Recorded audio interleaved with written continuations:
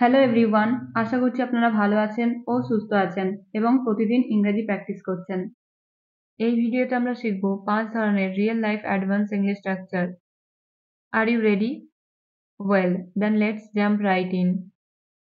তুমি কেন কিছু বলছো না? সে কেন কিছু করছে না? তারা কেন কিছু খাচ্ছে না? প্রথম স্ট্রাকচারে শিখব আমরা এই বাক্যগুলো ইংলিশে কিভাবে বলতে হয়। এই ধরনের বাক্যগুলো বলতে হলে সেন্টেন্স ফর্মুলা হবে why plus am is are plus subject plus not plus verb ing form plus something. Let's learn with examples now. First one is তুমি কেন কিছু বলছো না? এই বাক্যটা ইংলিশে হবে why are you not saying something? Why are you not saying something? সে কেন কিছু করছে না? Why is he not doing something? Why is he not doing something? তারা কেন কিছু খাচ্ছে না? Why are they not eating something? Why are they not eating something? তোমার বন্ধু কেন কিছু দিচ্ছে না? Why is your friend not giving something? Why is your friend not giving something? তুমি কেন কিছু ভাবছো না? Why are you not thinking something? Why are you not thinking something? তুমি কেন কিছু তৈরি করছো না? Why are you not making something? Why are you not making something? এবার এই স্ট্রাকচারটা থেকে আপনাদের প্র্যাকটিসের জন্য একটা সেন্টেন্স। তুমি কেন কিছু কিনছো না? এই বাক্যটা ইংলিশে কি হবে আপনারা এখনই কমেন্টে লিখে জানান। চলুন এবার 2 নম্বর স্ট্রাকচার দেখা যাক। এখন কাঁদার কি হলো? এখন রাগ করার কি হলো? এখন চিন্তা করার কি হলো? এখন ঘুমানোর কি হলো? তো এবার চলুন শেখা যাক এই বাক্যগুলো ইংলিশে কিভাবে বলতে হয়। এই ধরনের বাক্যগুলো বলতে হলে সেন্টেন্স ফর্মুলা হবে now plus what is there plus to plus ভার্বের first form plus other word. এবার এই স্ট্রাকচারটা দিয়ে কয়েকটা এক্সাম্পল দেখা যাক যাতে আপনারা আরো ভালোভাবে বুঝতে পারেন। প্রথম এক্সাম্পল হলো এখন কাঁদার কি হলো? এই বাক্যটা ইংলিশে বলতে হলে আমাদের বলতে হবে now what's there to cry? Now what's there to cry? এখন রাগ করার কি হলো? Now what's there to get angry? Now what's there to get angry? এখন যাবার কি হলো? Now what's there to go? Now what's there to go? এখন ঘুমানোর কি হলো? Now what's there to sleep? Now what's there to sleep? এখন তর্ক করার কি হলো? Now what's there to argue? Now what's there to argue? এখন চিন্তা করার কি হলো? এই বাক্যটা ইংলিশে হবে Now what's there to worry? Now what's there to worry? এখন তাকে ডাকার কি হলো? Now what's there to call him? Now what's there to call him? এখন চকলেট খাওয়ার কি হলো? Now what's there to eat chocolate? Now what's there to eat chocolate? এবার এই স্ট্রাকচারটা দিয়ে আপনাদের প্র্যাকটিসের জন্য একটা সেন্টেন্স। এখন আমাকে দোষ দেওয়ার কি হলো? এই বাক্যটা ইংলিশে কি হবে আপনারা এখনই কমেন্টে লিখে জানান।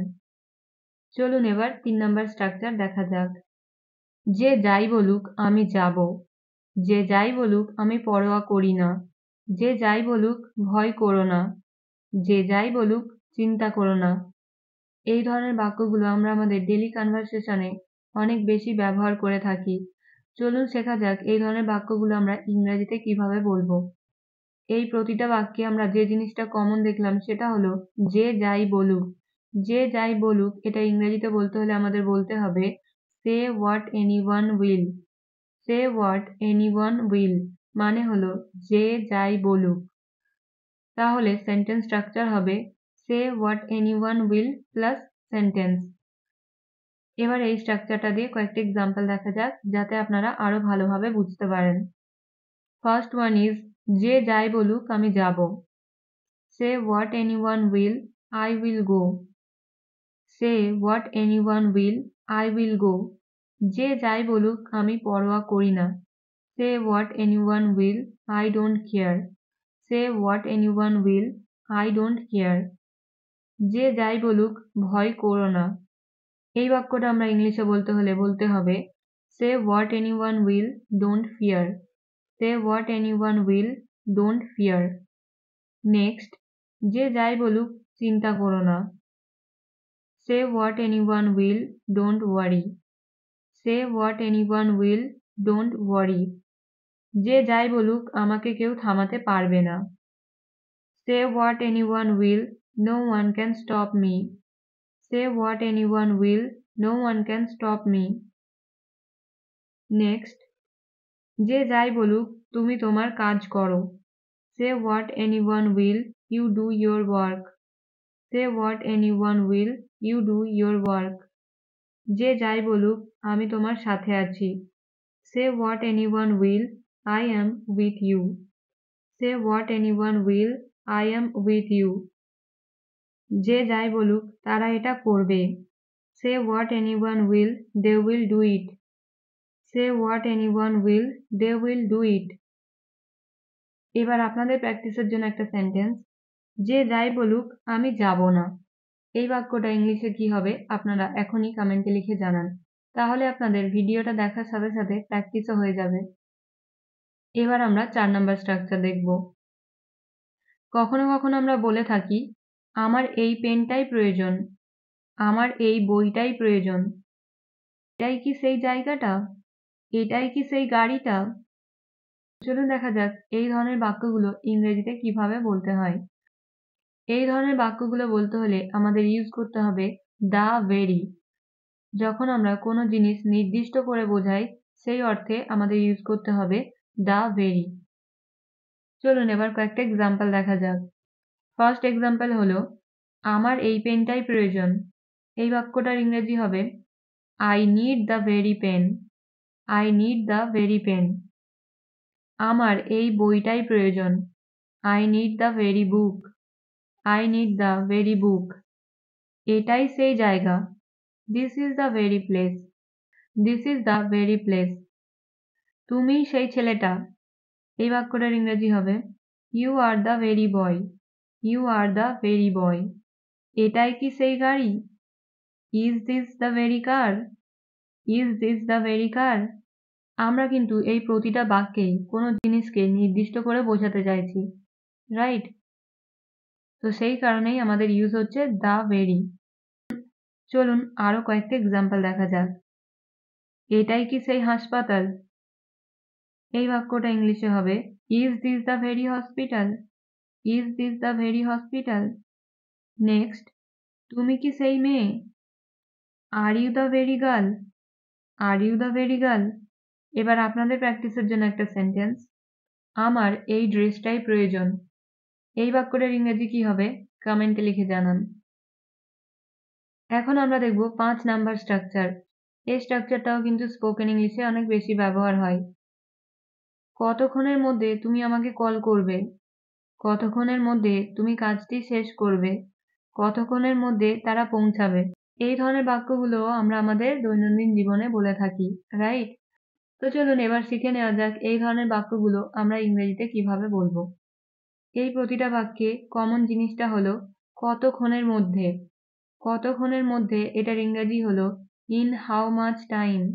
ইন হাউ মাচ টাইম মানে হলো কতক্ষণের মধ্যে।